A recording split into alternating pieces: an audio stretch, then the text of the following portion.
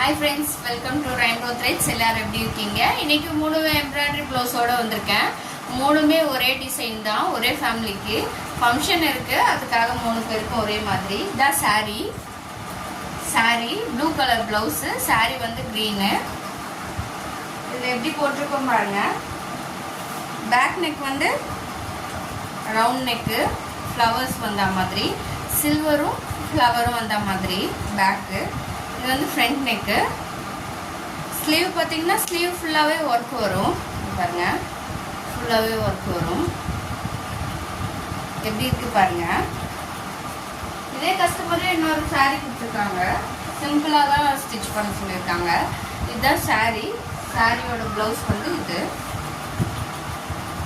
இதுதான் சாரியோட ப்ளவுஸு.